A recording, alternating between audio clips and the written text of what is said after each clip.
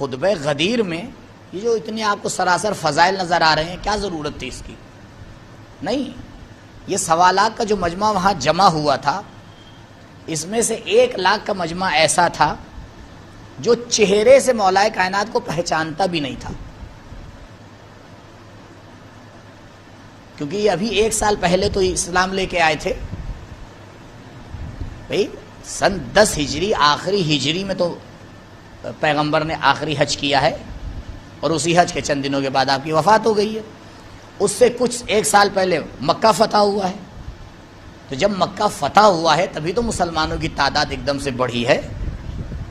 تو جن کی تعداد ابھی بڑی ہے انہیں کیا پتہ خیبر کیا ہے، انہیں کیا پتہ خندق کس نے جیتا ہے، انہیں کیا پتہ کہ بدر اور احد میں کیا ہوا ہے، انہیں کیا پتہ حدیث منزلت کس کے لیے آئی ہے، انہیں کیا پتہ رسول نے کسے بھائی بنایا ہے، انہیں کیا پتہ دعوت ذو العشیرہ میں کیا ہوا ہے، کیونکہ یہ سب واقعات ہیں اس سے پہلے کے، اور یہ اسلام لے کے آئے ہیں اس کے بعد۔ تو ضرورت تھی کہ ان تمام مسائل کو پھر سے بیان کیا جائے۔ بہت سے مسلمانوں کو یہ علم تھا ہی نہیں، انہیں یہی نہیں پتا تھا کہ رسول اس دنیا سے جا رہے ہیں، تو جو جانشین بتا رہے ہیں اس کی اہمیت ہے کیا۔ اب یہ خود اپنا ایک تحلیلی موضوع ہے۔ اب یہاں پہ جو صفات مولا نے بیان کیے ہیں اس کی اصل وجہ یہی ہے کہ ابھی تو تم نے پہچانا ہی نہیں ہے۔ جب تم نے پہچانا ہی نہیں ہے تو تمہارے رویے کو کہا کیا جائے، کیونکہ جو تمہیں سمجھایا گیا ہے وہی تم کر رہے ہو، اور سمجھانے کی ذمہ داری کس کی ہے؟ اب یہاں سے تھوڑا غور کریے بھئی، عوام کو جو بھی سمجھ میں آیا ہے، اب شام کی عوام کو لے لیے، اس میں سمجھایا کس نے؟ جن کے ہاتھ میں میڈیا تھا انہی نے تو سمجھایا، یا کسی اور نے آگے سمجھا دیا؟ بھئی جس کے ہاتھ میں حکومت ہے، اب رک جائیے میں الفاظ بدل دوں، جس کے ہاتھ میں لاؤڈ اسپیکر ہے بھیا وہی تو سمجھائے گا۔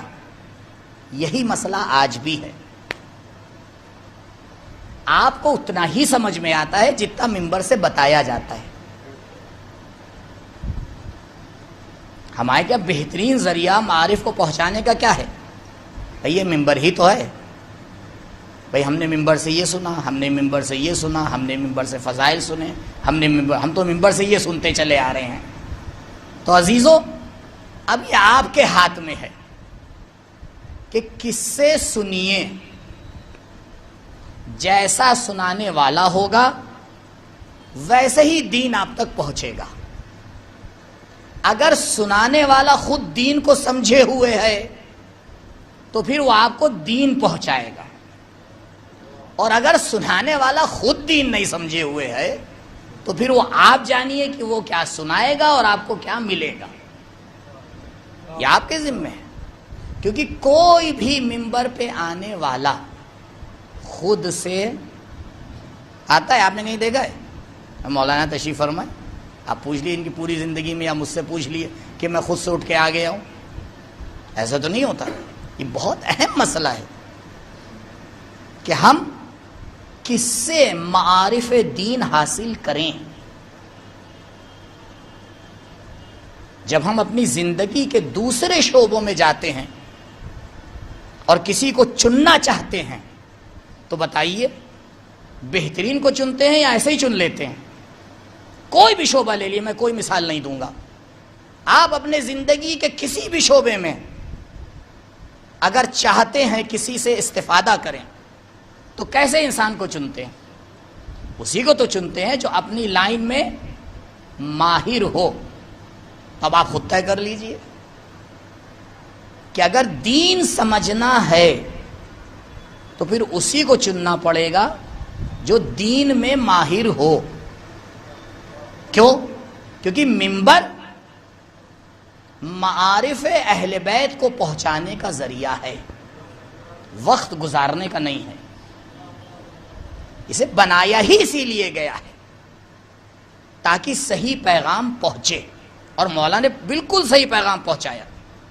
کہا دیکھو یہاں کس چیز کی ضرورت ہے جس کو علی ابن الحسین پہنچا رہے ہیں، یہاں ضرورت ہے فضائل بیان کیے جائیں، اس لیے وہ فضائل بیان کروں گا جو تم نے کبھی نہیں سنے ہوں گے، کیونکہ یہاں جو بات انہیں نہیں پتا ہے وہ ہے فضائل۔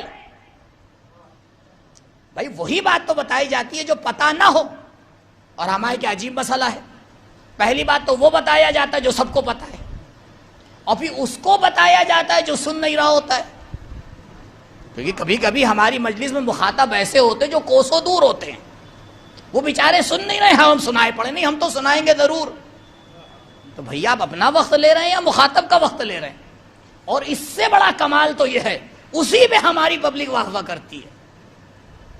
کیوں؟ کیونکہ ان کی ذمہ داری کچھ بنتی ہی نہیں، ہم تو بیچ میں سے غائب ہیں، آپ سنا رہے ہیں، جس کو سنا رہے ہیں وہ ہم ہیں نہیں، وہ تو بہت دور ہے، لہٰذا بڑی اچھی بات ہے، آ کے چلے گئے، ثواب مل گیا۔ غور فرمائیے عزیزوں، خدا غریق رحمت کرے ڈاکٹر قلب صادق صاحب کو، صلوات پڑھیے ایک دفعہ۔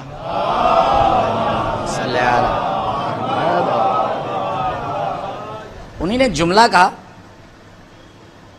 کہیں گے بیٹا ہمارے معاشرے کو جتنی ترقی ملی وہ اسی منبر سے ملی،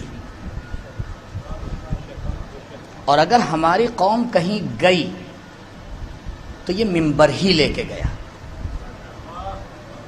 اور اگر دوبارہ قوم کو عروج پانا ہے تو یہ منبر ہی لے کے آئے گا۔ عزیزوں اس لیے آسان ذمہ داری نہیں ہے، بہت سمجھ کے فیصلہ لینا چاہیے۔